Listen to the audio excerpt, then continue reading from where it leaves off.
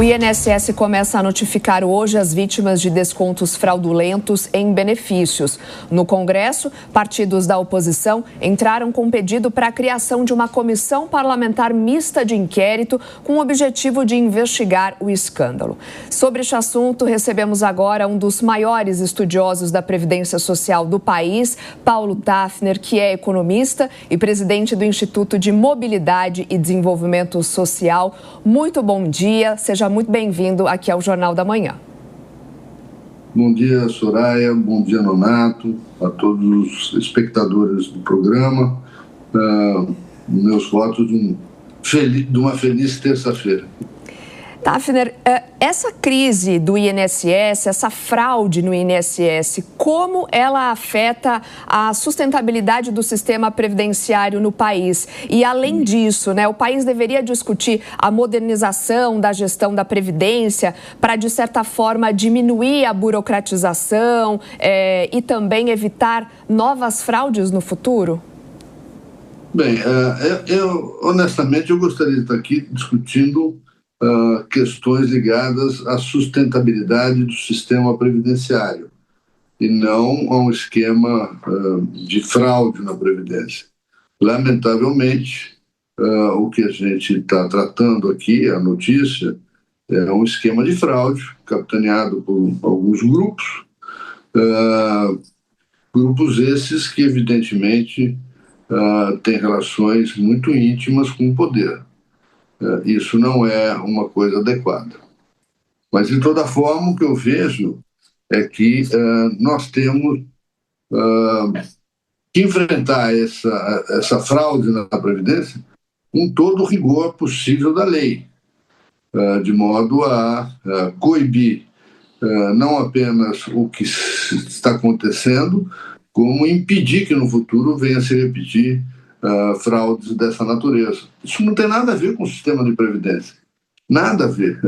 Isso tem a ver com um esquema fraudulento incrustado no INSS e, eventualmente, em outras esferas do poder nacional. Aliás, professor Tafner, fala-se muito que o próprio INSS e a Previdência como um todo tem que ter uma espécie de modernização contínua. E sempre que a gente toca nesse tema, tem uma preocupação das pessoas. Puxa vida, mas quando é que eu vou me aposentar? Eu não vou ter idade mais para me aposentar. Como é que isso funciona? Essa questão da Previdência e essa sustentabilidade que o senhor citou, que gostaria de estar falando aqui com a gente, não exatamente de fraudes, passa necessariamente por mais uma reforma da Previdência, ou pelo menos uma atualização, professor? Certamente que sim, Nonato.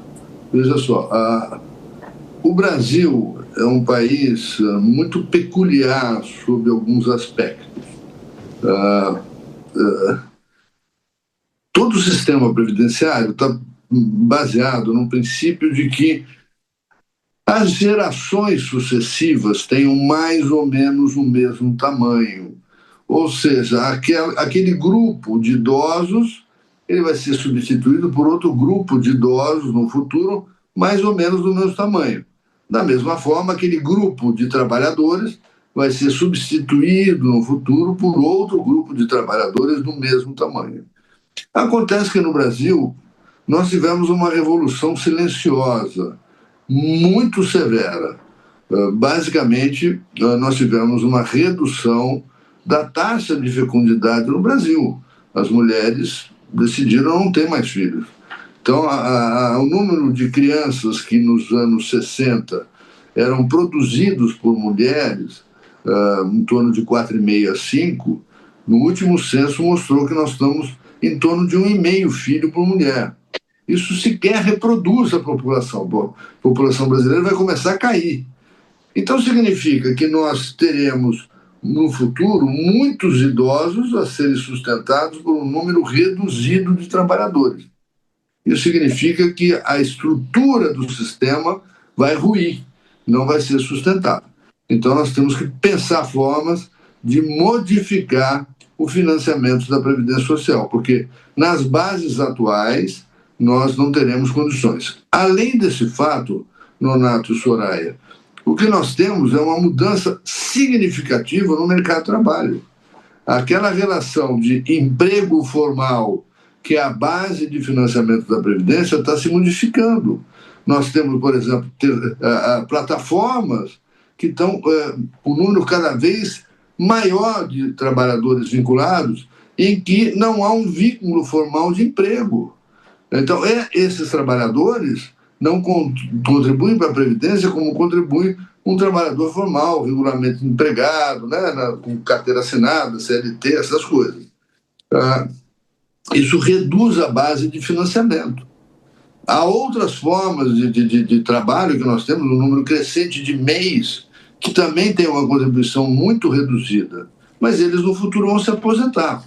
Então nós temos que repensar a Previdência na sua estrutura de financiamento. A forma tradicional não é mais sustentável. Então nós temos que pensar mecanismos que possam garantir recursos para que no futuro os futuros aposentados tenham garantias de que receberão aposentadoria conforme as regras do jogo. Mas essas regras do jogo também precisam ser modificadas. Hoje em dia, menos. Nós já fixamos uma idade mínima de aposentadoria, o que deveria ter ocorrido há muito tempo, mas ocorreu em 2019. A gente corrigiu certos equívocos do benefício de pensão. Enfim, já tem muitas melhorias. Tem algumas poucas ainda a serem feitas. Mas, basicamente, o desafio é como financiar a Previdência para o futuro, porque no molde atual isso não será sustentável. E, professor, para a gente finalizar, né, como um estudioso da Previdência Social, como o senhor vê o futuro do sistema e também para essas novas gerações?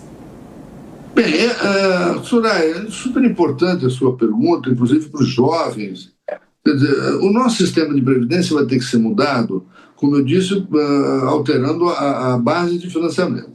Agora, nós não teremos mais condições de suportar benefícios no limite que a gente suporta hoje. Veja só. O benefício máximo do INSS é de R$ 7.800. Isso pega 92%, 93% do rendimento de todas as pessoas. É o mais amplo sistema de cobertura que tem no mundo. Em geral, os sistemas de previdência cobrem os benefícios, as remunerações até mais ou menos 40%, 50% da distribuição de renda.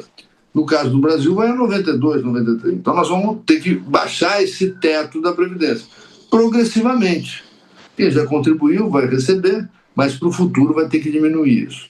A outra coisa que vai ser fundamental para sustentar a Previdência, a gente vai ter que criar um mecanismo de capitalização. Não é mais possível manter a Previdência no sistema tradicional, que é chamado sistema de repartição. Uma geração sustenta a outra. Não é mais possível porque houve uma ruptura nesse pacto. As gerações novas têm um número cada vez menor de indivíduos do que as gerações mais antigas. E isso não é nada que se possa fazer. Aconteceu e é irreversível. Então, nós temos que pensar mecanismos que garantam uma renda mínima para as pessoas e tudo além será através do mecanismo de capitalização. Poupa, é num fundo de capitalização, obviamente que o papel do governo vai ser importante, crucial, mas poderá ser operado pelo setor privado, de modo a garantir rentabilidade aos depósitos firmados, como muita gente faz, né? O PGBL, VGBL. Só que hoje é restrito à elite do país. O que nós temos que fazer é rebaixar os patamares e deixar a capitalização para o trabalhador comum. Ele ter um pedaço de capitalização e compartilhar risco, que hoje em dia não há compartilhamento de risco. São desafios enormes da Previdência brasileira.